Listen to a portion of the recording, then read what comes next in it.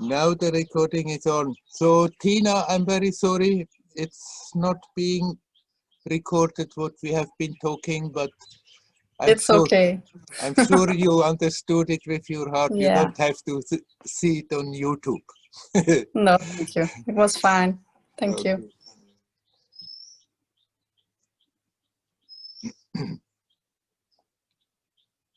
Is there anybody else who would like to come in? Please come.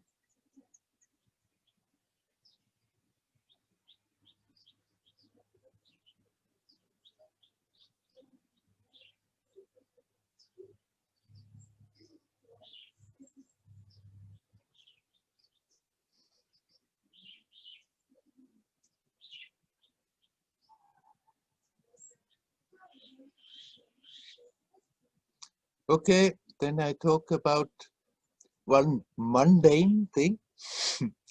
We have been talking a bit about the last time after the official satsang when we were chatting there. And I understand it's a thing that is very, very much in people's mind. And that is the vaccination, the upcoming vaccination. I'm not in any way trying to defend that vaccination. I think it's totally premature to come out with a thing like this. And it's irresponsible to force people to do so, to get vaccinated by it, because especially that one coming from America that is influencing the DNA, nobody really knows what kind of effects it's going to have. But now there's a lot of information, like on the underground information against it, how terrible it is, how terrible it is. And of course that is creating again a lot of fear in people. And that is totally counterproductive.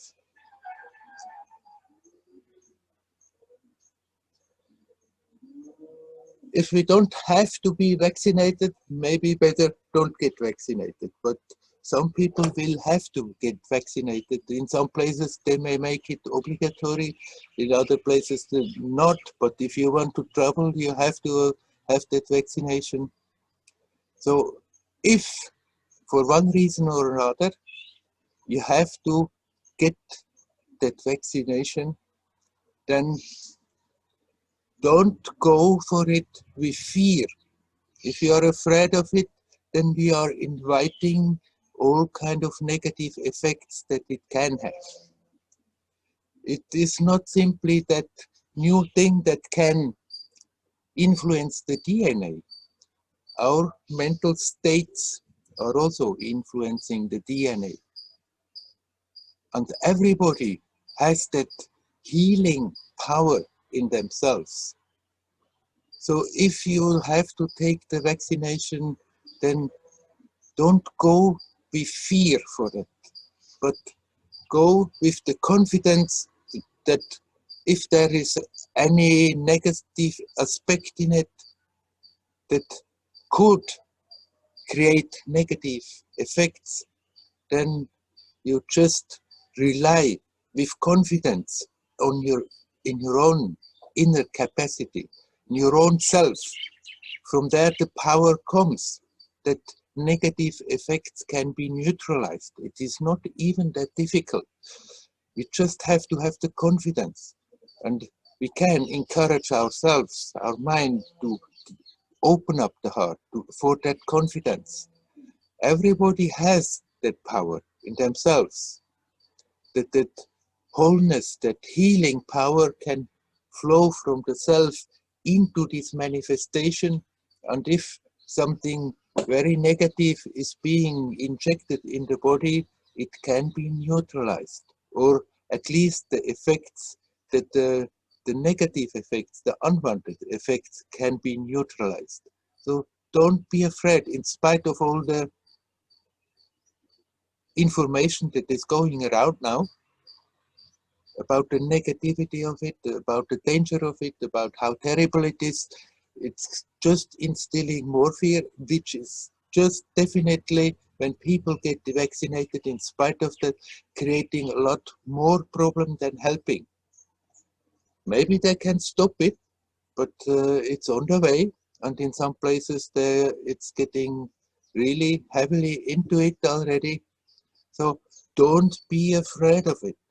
If it has to come, if we have to take it, if we can't refuse it, then take it with confidence in your own strength, in your own capacity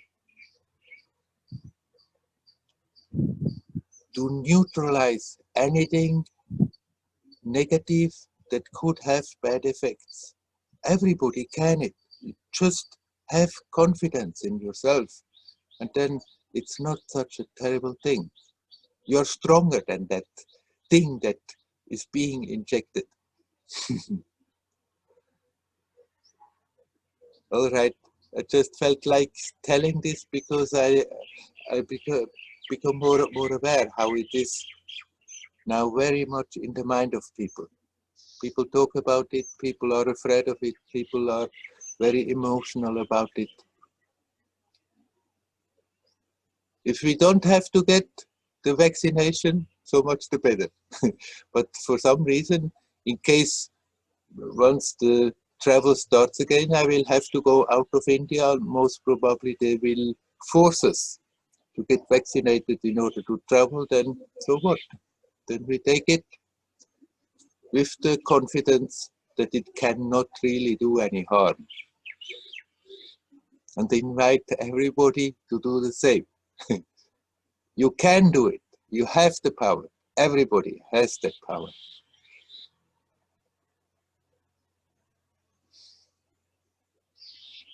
Okay, I'm stopping about that.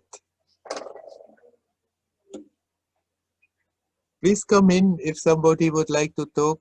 Two chats are there. Hari Om, Werner. Hari Om, Hari Om. Ah, that's Maria, huh? Maria. Hello, Maria. Very nice to meet you.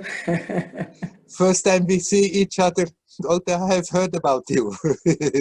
Yeah, me too, for a long time. Thank you so much for this talk about the vaccination, because I was feeling that as well, feeling very much that it depends on my own self-belief and strength if it Yes, happens. right, Yeah. right.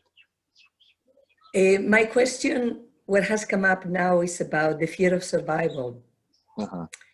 It's a theme that has been with me for many years. I've been meditating for many years, and I feel I've made a lot of progress in the sense that I was terrified before about not having something, ending up in a very difficult situation without being able to make a living. Loads of fears around that. I've never been in that situation, by the way, but you know, my mind just is being really rehearsing and rehearsing this possibility of something terrible happening, Yeah. and ending up without being able to sustain myself, depending on others.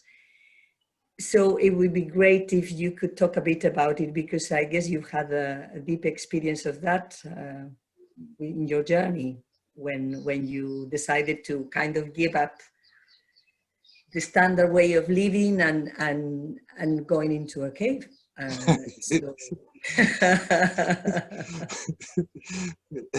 Becoming a caveman. Right, of course, if the mind is always pulling up these kind of scenarios, it's like an invitation that something like this may happen. So when you catch yourself, oh, I'm again into that, then somehow try not to encourage it, but at least you see what you are doing and shift your attention from the thoughts to your physical experience, to what is this thinking doing to you right now. And there will see when this kind of thoughts comes, when this kind of emotions come, of fear, of maybe terrible things that could happen, then immediately your energy and your body changes. And it's in order to not encourage that, then you just shift your attention on that level. You see what it is doing to your body and you relax as good as you can. And the more you relax in that moment, the more also energetically you relax, and the more the emotions also change and the thoughts can go away. Just don't encourage these thoughts when they are coming. They are rather giving something in the time-space current that is inviting troubles.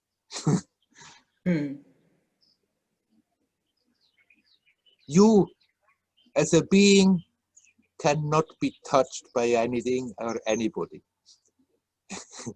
You are totally safe. Nothing can touch you. The body can be beaten, we can have external difficulties, but you as a being cannot be harmed at all. Just learn to bring the attention back to that level when these thoughts come. And then you're radiating something positive, something beautiful into the current. That is the best thing that you can do of not inviting troubles. Sometimes difficult situations may come, but so what? Then they come, we deal with them, and they go again. It's more when difficult situations come and then we are getting totally terrorized by them, then they're getting bigger and bigger and bigger, and we contribute that they are getting bigger and bigger. But if we are not doing that, even when sometimes hard times come and you somehow have to deal with it, if you accept, okay, it's not a pleasant situation, I have to deal with it, then you deal with it and they are bound to go again and you come out of it again. You're not condemned to get stuck in terrible situations, except if when we get so much hooked into them, then we encourage them that they stay and get worse and worse and bigger.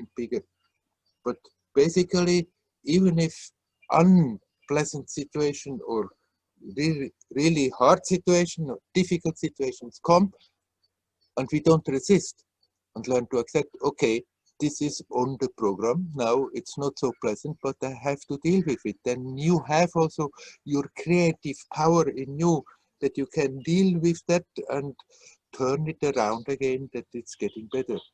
But if you are afraid when it's happening, if you are terrorized and our emotions are full of resistance, no, shouldn't happen, then we are wasting all our energy and it's bound to make it worse.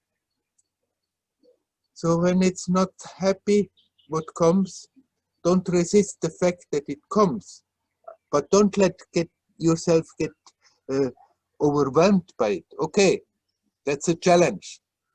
Treat it not with fear, but treat it like a warrior who is ready to go for the battlefield. Okay, come, I'm ready. We'll deal with you.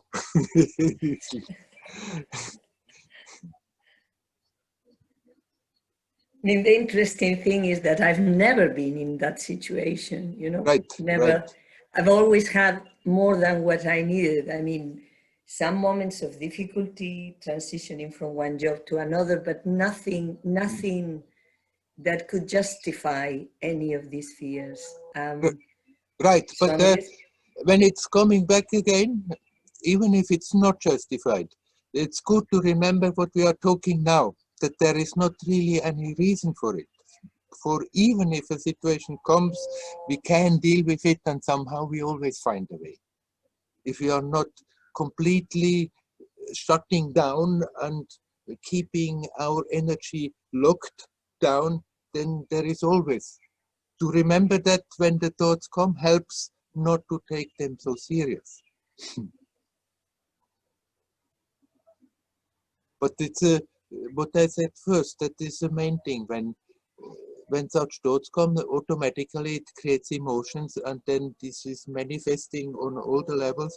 Instead of somehow fighting with the thoughts, just don't give them the power anymore. Don't give them the attention anymore, but shift the attention on your experience right now and see what these thoughts and emotion doing to you right now. Start on the easiest level physically. What is this thinking, this being afraid of possible future doing to me right now? And you will see, most of the time we are not aware what is going on, but you will see this, it's creating this unpleasant, crampy streams through the body. And if you start to relax that, let go, then the subtler levels also start to tune in. Then the energy also start to relax, and the emotions also start to relax, and the thoughts don't have the food anymore to continue.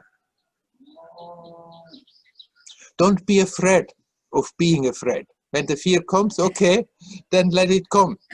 Okay, there you are again, but now I'm dealing with you, nor being afraid of it, nor fighting it, but just turn the attention away from the level where the problem is and see what the experience is and work on that. If you do that regularly, when this old habit comes back, then gradually the habit is getting less and less, and eventually you may not more have such fears.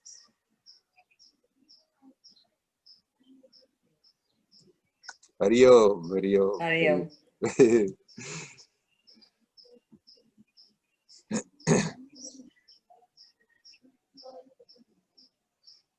Is there anybody who would like to come?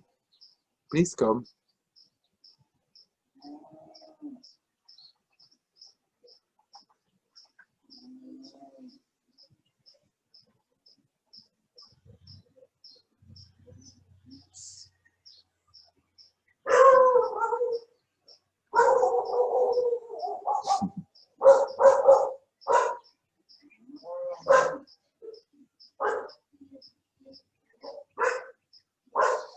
We are here in this world to learn, to grow. It's not as real as it appears. We are taking this whole damn story, most of the time, much too serious. The details of it. We are just here projecting into this magic show of a world for some time to gain experience, to learn, to grow. And sometimes they are happy experiences, sometimes they are unhappy experiences. You are not that person that is playing the role here. That person is a role in this theater, in this magic theater of a world. The more we become aware, the more we can go about it playfully without taking it so serious, without believing so much into the reality of it. It is there, it's there as a ground for experience, it's there as an appearance, it's there momentary, it's real, because that in the split moment of the now, there is that timelessness of that is touching this movie that is passing. But all our stuff that we go on have the tendency in the mind about the past, what I did good, what I did wrong, what they did wrong to be. All what we have in the mind about the future, what could happen, what should not happen. It's just draining that beauty that is there, that beautiful, creative energy of our being. It's draining away into dreams that are not real. The past is just a memory. We give it emotionally a reality that it doesn't deserve. There is only the now. All else is in the mind. And then when we hook in the past emotionally, then our vitality flows into it and gives it a reality, a fake reality that it doesn't deserve. When we hook into our imaginations about the future, positive or negative, then we give it a reality that it doesn't deserve. We'll feed our vital energy into those ideas and it creates a fake reality. But we don't need to do that.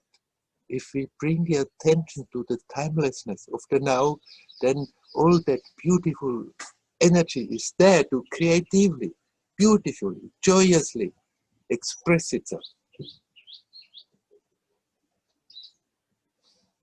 That doesn't mean we have to forget about the past. Past is a storehouse of information. It's very useful, but let us treat it as a storehouse of information, like a computer memory. All that information is there, and whatever we need in the present moment, we just can pick it out and apply it. And that's it. For that, the past is very useful. But it's no need of emotionally creating a reality there that is not more there.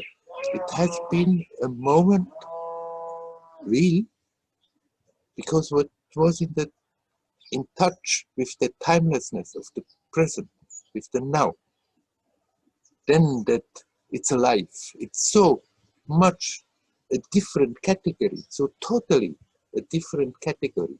What is happening now and that which happened just a moment ago. But this now is alive. Now is the beauty of existence, bubbling, coming to the surface, expressing itself. A moment ago is just a memory. It's only in the mind. Nothing wrong as a memory, but no need of being hooked in emotionally. And so when we look at the future, we have the tendency to do the same thing.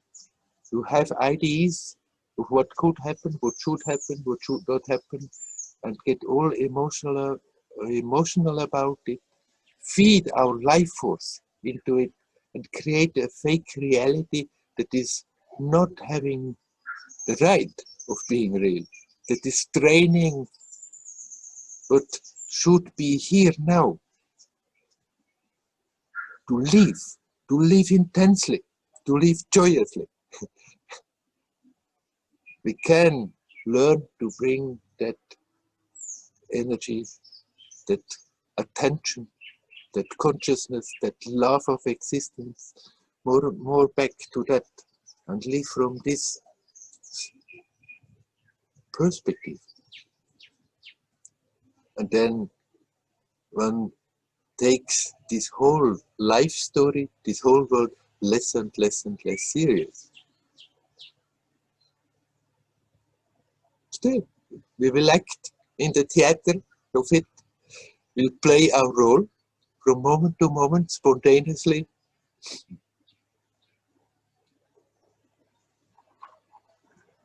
Without always getting hooked into what has passed, what could happen. I'm not saying it's wrong to plan.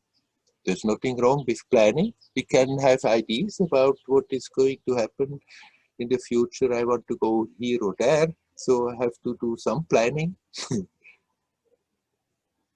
We can make the plans now, being aware here now that I'm planning for a possible future, and then we drop it. It may work out or it may not work out. We don't need to get emotionally hooked into it, and then it's not a problem.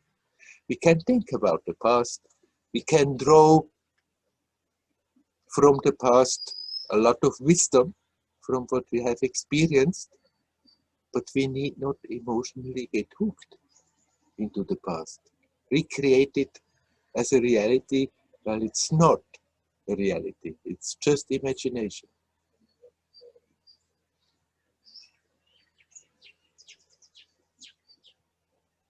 This is a magic show, this world.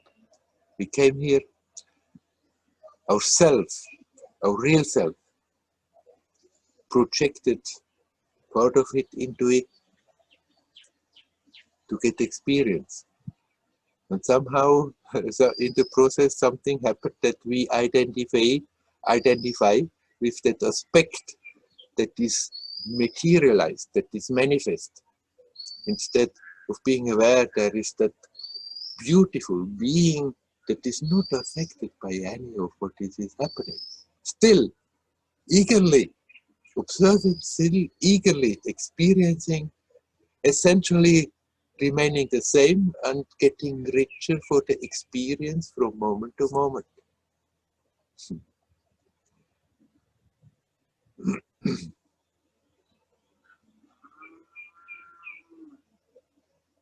Okay, is there anybody who would like to come in? Please come in.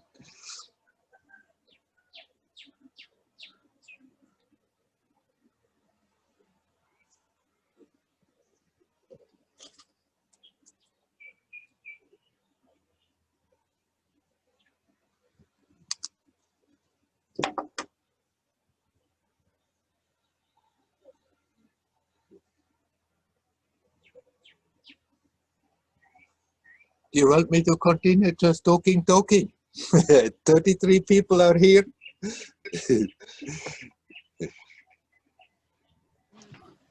Hello, Werner. Hello, Dial. Okay. I have friends who practicing method Silva. It's mix of meditation and hypnosis. Method Silva. Method Silva. Silva. Yeah. It's kind of scientific man who was research meditation and add hypnosis and make a mix of it. Yeah. Make it more successful in the world, something like this. Do you hear about it? What do you think in general in new modern type of meditations? What you said, I already forgot the word again. I've heard for the first time this word now. Okay, Silva. Oh, but you said more than that. Method. Method. It's the method. I see. The method Silva. Okay. Silva. Oh yeah. Maybe I will see sometime something about it.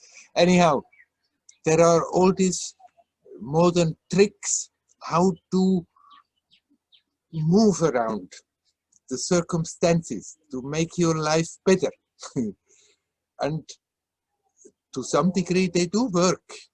You can also do a lot of affirmations, and I know people doing affirmations in order to get the bigger car, in order to get the nicer house, in order to get God knows what. If they want to do so, let them do so. Then I guess they have to go for that experience. It doesn't help you to know more about yourself. It doesn't help you to become more self-aware. Silva, it's Kirsten just send a thing. Silva mind controller, is that the thing? Oh no, I don't know whether you can still hear me, Dial. Your picture has been frozen. Can you hear me? Yes, I can hear you. Ah, okay, then never mind the picture. Now you're moving again.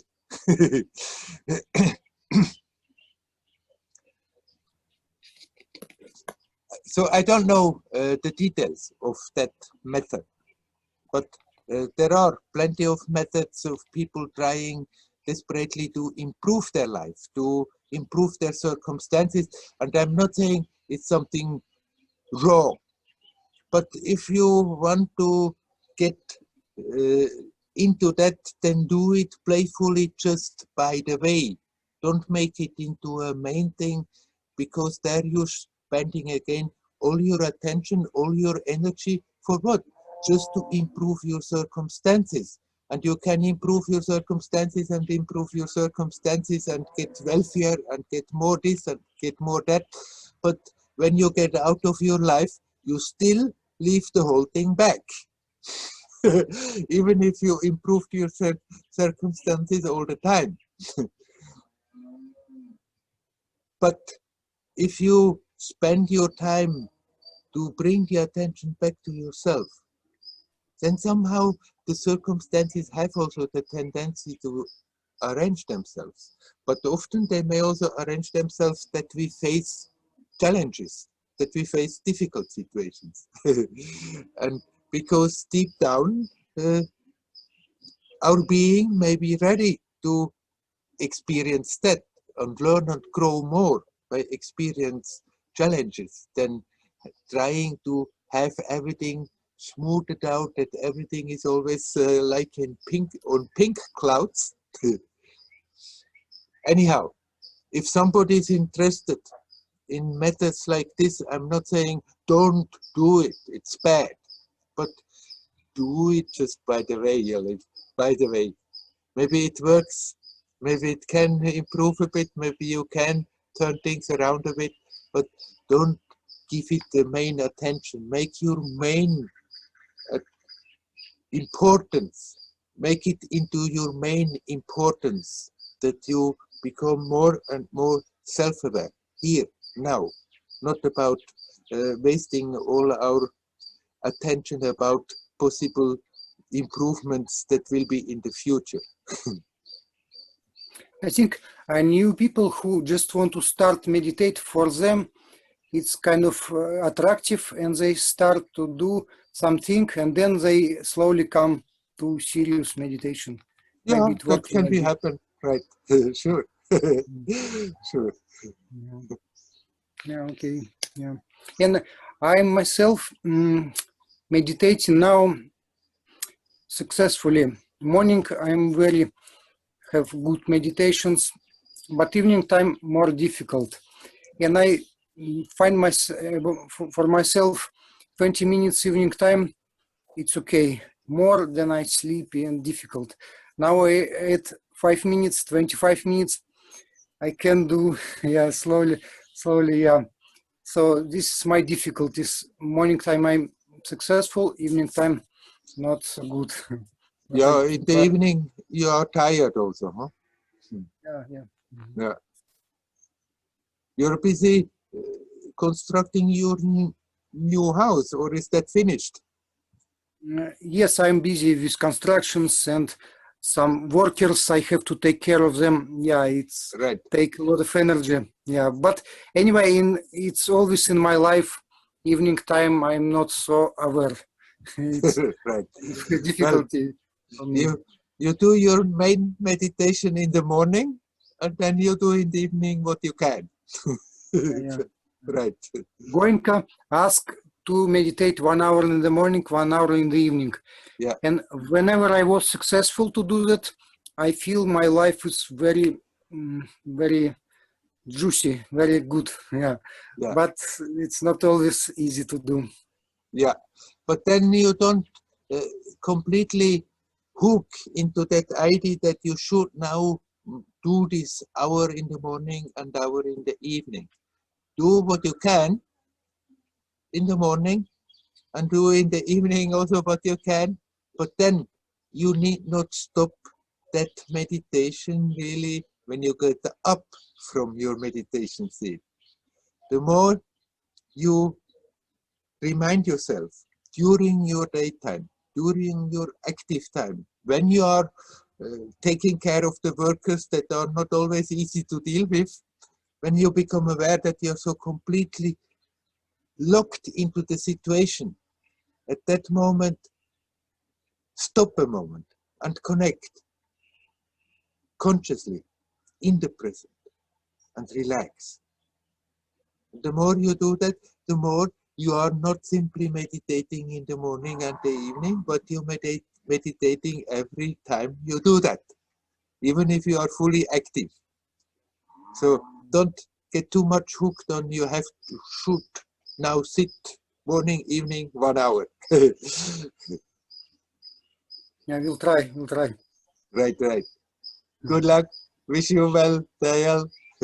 Yeah, thank you, Werner. Hari Om, Hari Om. Hari Om.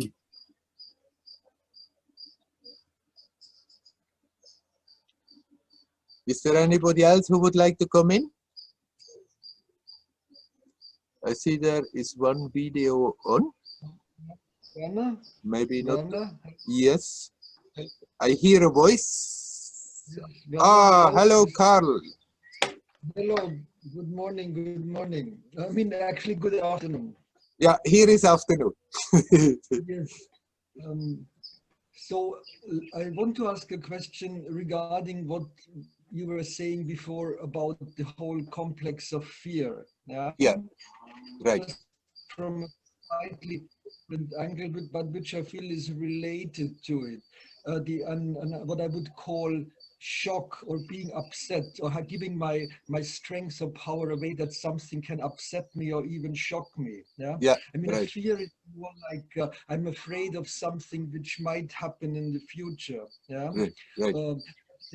Something already happens, and then it can really sometimes it has the capacity to hit me, and then I feel like it. I feel taken apart for a certain amount of time. It depends on the situation. Of course, it can be hours or it can be even a day or so. It depends what it is. And then gradually it kind of, I collect myself and it comes back to, and the waves get calmer again. Yeah? Right. Maybe you can say something guided, what could help me if a situation like this occurs, which comes up, of course, out of a sudden, which can strike any time. Right. This happens. Are you talking more of being afraid in the situation, or are you talking more about being annoyed, angry? When you mean when it happens? Yeah. When the situation. Well, it can be both. You know, Yeah. Depends on the situation. I mean, like I had something happened a month ago, and I was both annoyed and afraid. Both Right. happened at the same time. time. Because something Right. happened, and so both is possible. Yeah. Of course, we can decide as much as we want that we are not going to react again in such situations. And then, as you say, they come out of the blue, bang, and there all is forgotten, and there we go. In the old habit. The old habit has power. And as long as we don't remember, nothing can be done. But then when you remember and say, oh my God, got me again completely, then we see also that most of the time it's not simply the situation, the moment where something happens like this, but then after that, when it's already gone, then we keep on and on and on, turning it around in our head. And as I said, as long as we don't remember and not quite become aware of it, nothing can be done. But the moment you become aware of it, you can say, okay, never mind. It has happened, it's already passed. But now I need not continue to waste my energy being upset about it. And at that moment when you become aware, you just turn your attention on your experience now and observe, how is my body reacting to that? What is happening in my body when I turn it around still? And especially if there is anger involved or fear, there is usually, we have the tendency to cramp up the whole body without being aware of it. And there you can consciously give the impulse, relax, let go. You may not be able to totally relax, but already consciously giving the impulse will start to change the physical and the emotional and the mental quality of the moment, instead of just turning it around, because that is the tendency. After that, we just keep it alive by thinking it over and over and over, and how I could have reacted, and how can they dare to do so, and it is terrible what happens, and we just turn it over and over. And if we see that and stop and turn the attention to the now, the experience that it is creating now, and see what it is doing to the body, seeing what it is doing energetically, and start to relax, then at that moment already it changes and it goes much quicker, much easier. And if we do that consequently, the next time we may become aware a bit earlier, maybe, and then a bit earlier, and eventually one is maybe able, even in the situation, instead of reacting out of old habit in that way, to just first relax, assess the situation, and then deal with it. And you can help with your intent. You can, when it has happened, and you feel, oh my God, got me again completely, don't unnecessarily berate yourself. Don't feel bad about yourself. It doesn't help. It just wastes more energy. But simply make that occasion into a possibility to strengthen your intent. At that, when it has happened, when you come out of it, that instead of feeling bad about yourself that it still happened again, at that moment you make a new intent. Okay, it has happened, it's past, but I'm getting more conscious, more alert, deeper alert, and stronger, rooted in myself. Then the next time when it comes, it will not hit me again, or will not hit me with the same force. That intent is also helpful. Then in spite of the intent, then the situation comes and puff, there we go again. But if that intent is there, then you also sooner become aware. Oh, I'm again totally into that old habitual thing, and then not justify yourself, but this happened, but that happened, but okay, right now. Then you become aware, right now I just turn the attention 180 degrees and look what it is doing to me right now. How it is influencing my experience right now. Physically, energetically, and relax. And then quickly it will pass, at least for this time. And you can strengthen again your intent that your alertness is getting deeper, you're getting stronger, it has less and less power. Because even if we decide like this, that doesn't mean it doesn't happen anymore, because habits have their own power.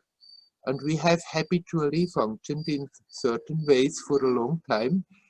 And if we repeat certain actions and reactions over and over, this has its own momentum.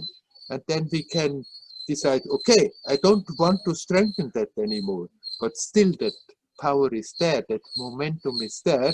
And when the situation comes, it's bound to poof, take over. But then there you can stop strengthening the old habit by becoming aware what's happening, by focusing on your experience, learn to relax, and intend that you getting stronger than the old habit. And gradually it's getting easier. You will catch yourself earlier and earlier and earlier after something has happened, until the moment comes that maybe the same thing that has previous completely undone you and blown you away, that you may face and say, okay, there it is again, take care of it. Your power gets, if you consciously do that, then you build up power. And then eventually that power is more than the power of the habit. And then it won't have that effect anymore.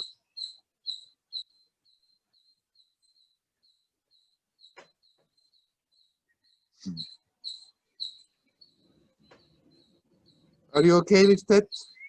Shall we drop? So, yes, Yeah. I think so. I think so. I'll sit with it, and it makes Right. very much sense. Yeah, yeah. Okay. Hari Om. You are welcome. Hari Om. Hari Om. Hari Om.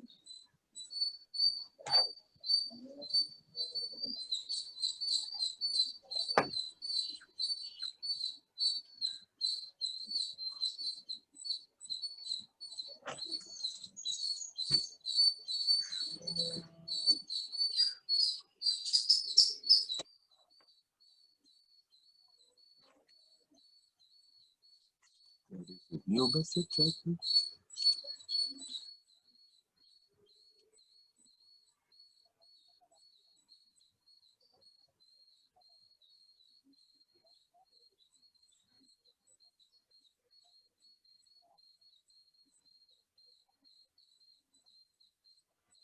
Anybody who would like to come in, please come.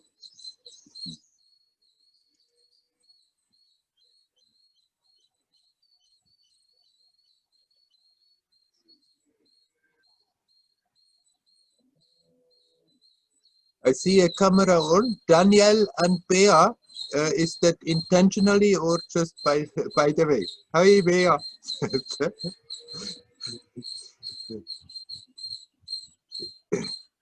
If you don't want to come in, then usually I'm asking everybody turn off your camera so we have a better connect, more information for the general connection.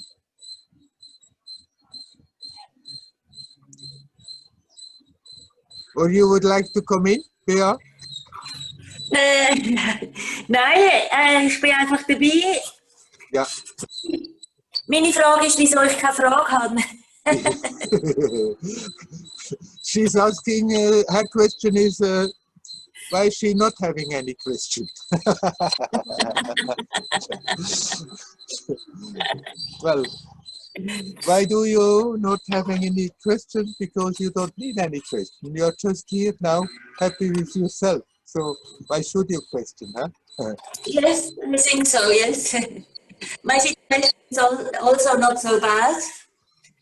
And my work is very nice. And this is also very nice for me, for my heart and soul, with the kids. And yeah, it's good like this. Yeah, very good. Actually, I called you because I saw your camera is on. Do you know how to turn off the camera? Yeah, off. Yeah, when you go out, just turn off Yeah. because your camera was on. Okay. So I thought you want to come in.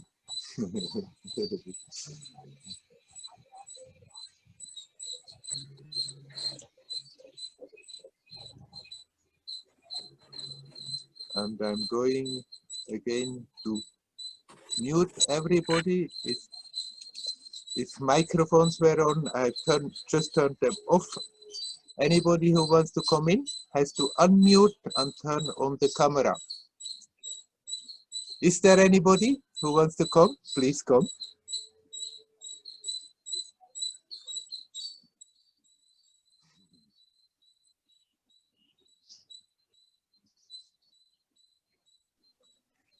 Hello, Werner. It's Kirsten. Hello, Kirsten. Hi, Werner. Hey. Maybe you can talk a little bit about attachment.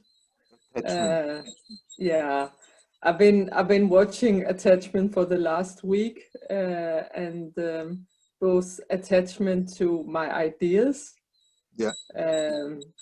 So what happened now with this very different winter for me, because it's also the first winter maybe for 40 years I'm in Denmark. I had accepted, okay, now I can really do something nice for the people in the yoga school, and I accept it and I stay home, and so I feel very good.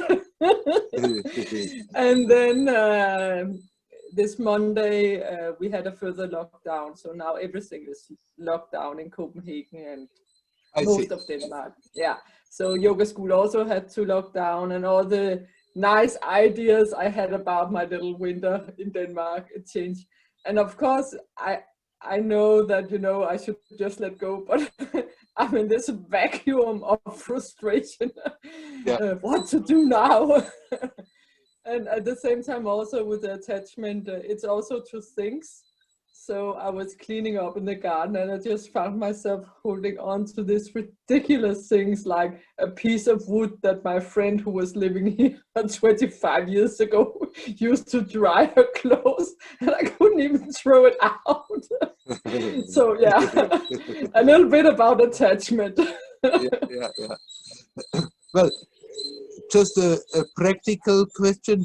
Now, you said you feel frustrated because the yoga school also had to shut down again because of the lockdown.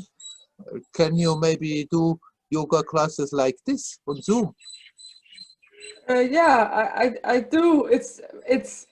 I mean, there are a lot of possibilities, but it's like it's the ability to let go of the plan, the idea I had about how it should be. Sure. I mean, I was already giving class both on Facebook and Zoom. Yeah. So it's not on the practical level. It's more in the ideas I had. Yeah. I understood that. I simply wanted to know whether you couldn't, but you do already. Yeah, I do. Yeah. Attachment. Of course, it's attachment. Actually, I have, without using the word, I have been talking about it in the Satsang. That there is a situation and it's in the past, and we still hook on to it. And it can be a situation, or it can be the same thing with things. It can be with our wealth. It can be with our apartment. It can be with people that we have our, exactly what you said.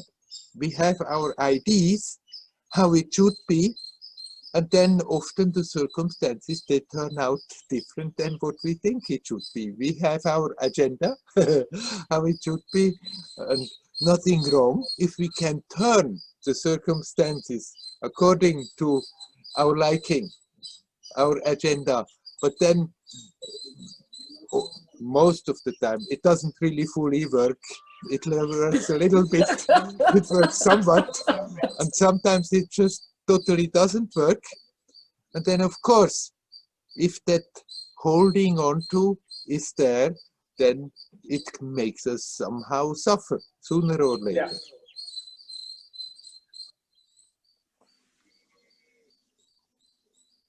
It's not that we have to try to give up all our ideas, what we would like, how it should be and how it should not be. But we can learn to develop that broad-heartedness in spite of that, of learning to accept, okay, I give my input into the current, that situations, things may turn a certain way, and it may work or it may not work. And if it works, fine. But if it doesn't work, then we can learn to accept, okay, why should I resist? It's simply that I taking myself as a person with my ideas, how it should be, too important. It's the old little trickster self-importance. Me. I take myself and my ideas important. And if we see that, then we can also watch that, see what it is doing to us and let it go. And learn not to accept with weakness, not to think, now anybody can book down over me and do whatever they like. You can very well take your stand, but still, so many times things are not working out the way we like. And if we learn to accept, okay, this is now the situation, and then we have also the strength and the energy, the ability to do something with that situation, that in spite of that it is not the way we thought it, it's still perfectly all right. as it is. But acceptance is the antidote to attachment. Attachment is I hold on to. Who is holding on to? Me, the person, me who wants things in a certain way, me who has my whole past, so and so I have been brought up, I have developed these ideas, I have developed dislikings and dislikes, and so I want things to be in a certain way. It's that me personality that is attached. So if we want to loosen up all those attachments, it's good to loosen up that attachment to that ideas I have about myself, to that personality that I think I am. Become aware prior to that there is something so totally relaxed about any of this. So totally at ease no matter what is happening. The more you are capable of bringing the attention to that, the less power attachments have.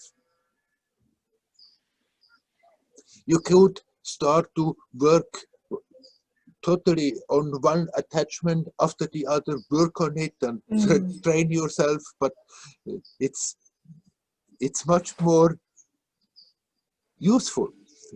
It's much more helpful. You come to the source of the attachments, of all the attachments. That is that attachment to that personality I think I am. Instead of being aware, it's just a temporary role I'm playing in the theater of this world.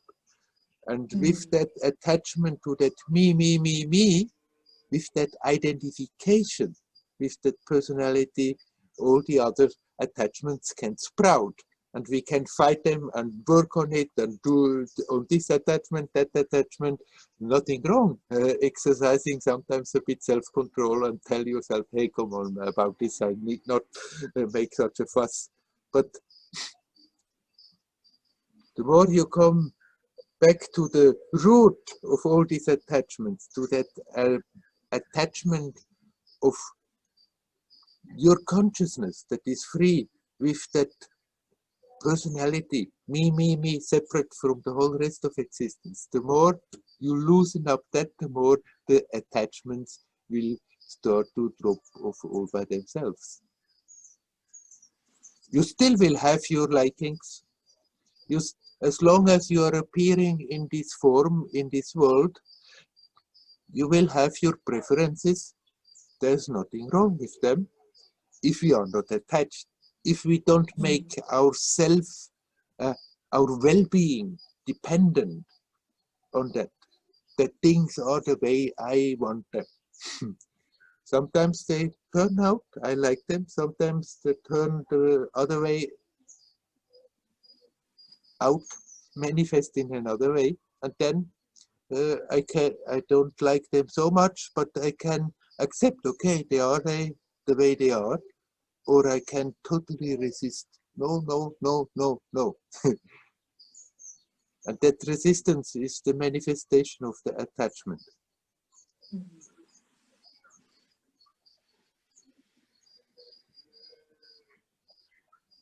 Yes, thank you. Give your creative, beautiful energy in the moment. And you can have an idea that it can turn certain things in one way or another, but then you give it in and let it go and accept as God's will what comes out of it, whether you like it or not. With that acceptance, then you become aware your well-being is not being affected by the turn of circumstances. Your true well-being. Superficially, we make a lot of noise. I like it, I don't like it, But if you look behind that, there is that joyous nature of you that is not affected by the turn of events.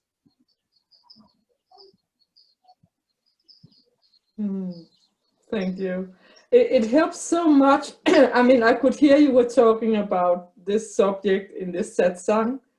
And then I thought, should I also ask about it? Because in a way it's a repetition, but it helps me so much to take it to that level.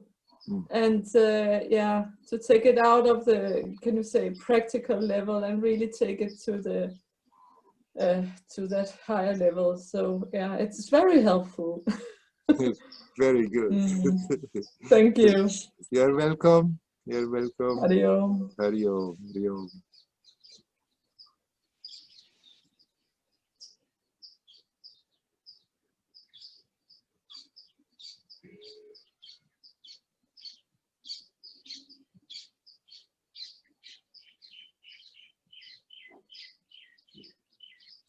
Anybody who would like to come, please come in.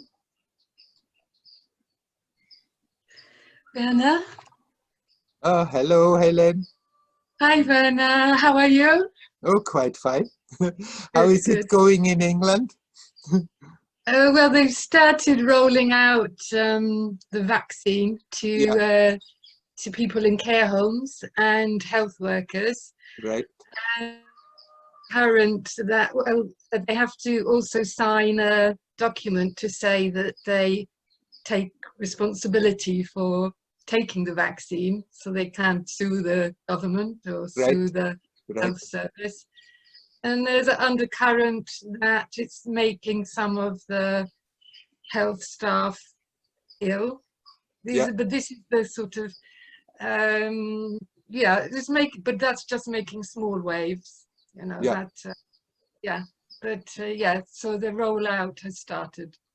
But are they health workers, are they free to take it or not as they want, or they are forced to take it? That I don't know. I don't know. Yes. Right. I think they kind of, I don't know. Yeah, I'm not sure. My question is it's actually, again, because what Kirsten said, it just, I feel I'm always repeating the same thing. But like just said, it takes it to a higher level to then speak it over again with you. And it's again about resistance to what is. And I know sort of many times that when I stop resisting and I actually let go and accept, like there's like a huge gratitude in my heart that I momentarily understand I was none of that in the first place, that it was just hot air and it was never me. It seems like a slow process, and because it seems like it is a difficult situation, so resistances come one after the other, but when I catch it, and my question to you was, because there's also like a momentary thing that it's all can go in 1 second. It all resistance go to every aspect of belief of what I believe myself to be. And I was going to ask, how did it happen to you? Did it happen bit by bit, where you came closer to what you truly are, or did you have a moment of grace where all of it just dissolved into your heart? Yes, that's my. It's both. When you become gradually more and more aware, self-aware, when you become stronger in it, then things little by little they start to drop off. They get less powerful. So you can say it's a process that slowly you can deal with stuff that previous was difficult. It's getting easier and easier. But then there can happen that you rotate into a new perspective, and then it's getting much easier. But it's still, the old habits may try to reassert themselves. But from that new perspective, it will be so much easier to deal with it. And in a way, you can more freely choose what you want to keep, what you want to leave there, and what you want to eject out of the system. But it's both. It's no point in thinking, okay, I just wait until that moment of grace comes. If there are resistances that trouble us again and again, we are good advised to work on it. When I said before to Kristen, we can work on one attachment or after the other, or we can go right to the root, the two are not excluding each other. That which in the immediate experience creates problem, there somehow we have to do something with it. And that means if we work on it, it has that, at least that particular thing has the tendency to get gradually weaker. But by working on the root of all the resistance, the root of all the attachments, then all the different attachments also have the tendency to get gradually less, but sometimes we may not become aware of it because we feel, oh, it's the same story just going on and on and on. Although if you could see from a bit outside, you would become aware it's still changing, it's still getting less. But that grace is being invited mainly by doing that job, by consciously reminding yourself again to confront yourself, see, oh, it's just my resistance again, and learn to relax it as good as you can. That doesn't mean we have to stick out situations forever and ever if we deep down start to feel, hey, no, I don't have to do that anymore. It's not that we have to push ourselves into situations that we cannot deal, cannot stand forever and ever and ever.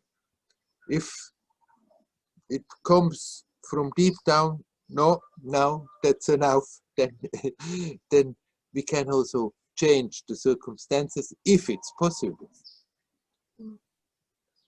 But as long as we are in it, then of course, if it's not easy, it will come back again and again. That resistance against the fact. And that, as long as we decide, but anyhow, I stick it out, then we can work on it. Every time you watch it, every time you see, it's just my resistance that makes it really difficult. Situations may be difficult. Situations may not be pleasant at all, but what makes it heavy, what makes it really big is my resistance. And when I become aware of that, there I can work on that situation, on that particular aspect of resistance again, and hey, come on, let it go and relax. But each time you do that, you invite more that this moment may come, will come, that somehow something shifts so profoundly in you that after that it may not necessarily be totally gone, but it will be very easy to deal with.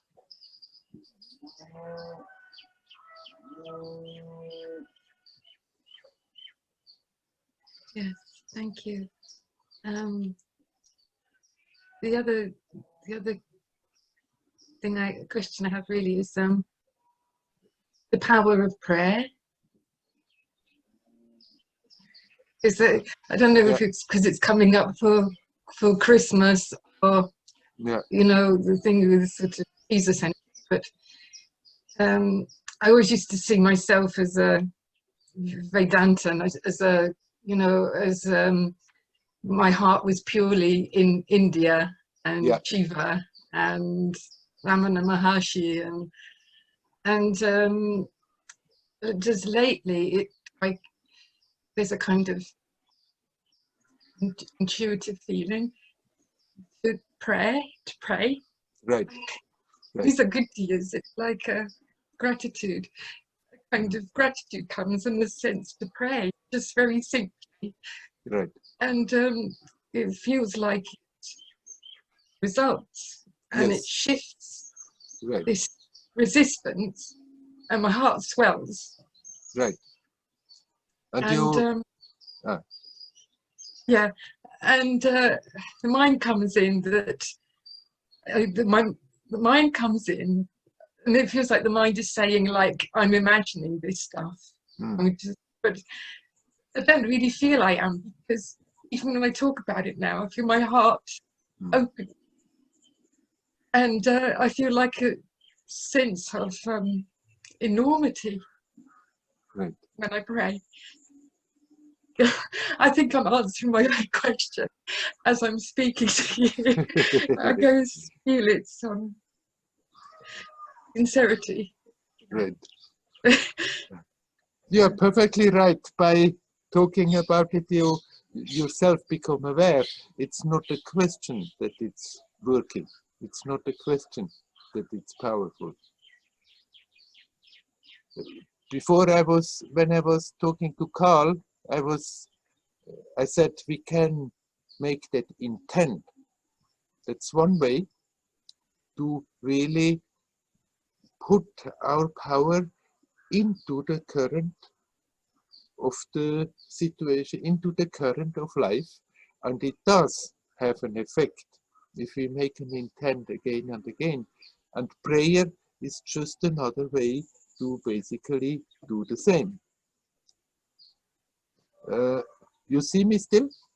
Yeah. Yes, you were frozen for 1 second, and then it started. It told me that my internet connection is unstable. Yeah, but it seems to continue. Right. It's a prayer is just to do the same thing in another way. You can more just to make a deep intent, or you can pray. And there is nothing wrong with having Ramana's teaching and having Advaita teaching, and in spite of that, pray to divinity. Because Advaita is also simply a way of expressing something that cannot be expressed. It's not that Advaita is defining reality. And the oneness and the multiplicity both are simultaneously expression of that mystery of existence. And there is, you are one with all, and yet you are your unique being. And there is a powerful being at the base of this creation, which is essentially the same as you are, and yet it's a being, a powerful being, and you can open your heart to that being, to the source of this manifestation, and pour out your heart, and it has an effect. Actually, prayers are always reaching, and they are always answered, even if you are not aware of it. But it's, of course, the more that prayer is really, sincerely coming from your heart, the more powerful it is. If we are praying with our mind, please God, arrange this and this and this and this for me, and give me this and that, then it's not going very deep. There's no power in it. There's not much power in it. It's more the prayer of a beggar. But if the prayer is a way of opening your heart to connect with that divinity, then you connect with your own divinity. And if there is a deep urge that you have a thought also in that prayer that something could shift, then let it come out, and it has its power. It may manifest or it may not manifest, but it has definitely its power to influence the chain of events that comes out of it. And it can help to just connect with your own divine nature. And I think of people like Francis of Assisi. He didn't do anything else. He didn't study theology. Actually, he was a spoiled brat, growing up in a rich family and trying to enjoy his life and doing all the things that you can possibly do when you have a lot of money. At that time, he was living in the 12th century, and then suddenly something happened that turned him around. And all he could do was pray. And first he was talking and talking and talking and talking with God and telling all his stuff that was going through his mind. And gradually it just was calming down and quietening down. And while at the beginning, even when he had then his friends who became something like his disciples, staying with him in the beginning, they heard him sometimes the whole night talk to God and talk and talk, and then gradually it just became quieter, and it just was sitting there and repeating, "Oh my God, oh Dio mio," just connecting in that way with that divinity, and then it became less and less. At the end, he was just saying God, God, Dio, Dio, expressing in his prayer that increasingly profound connection with that divinity. And finally, he kept completely quiet. And he never did anything else to get more and more and merged with the divinity, to just pray and pray and pray and pray.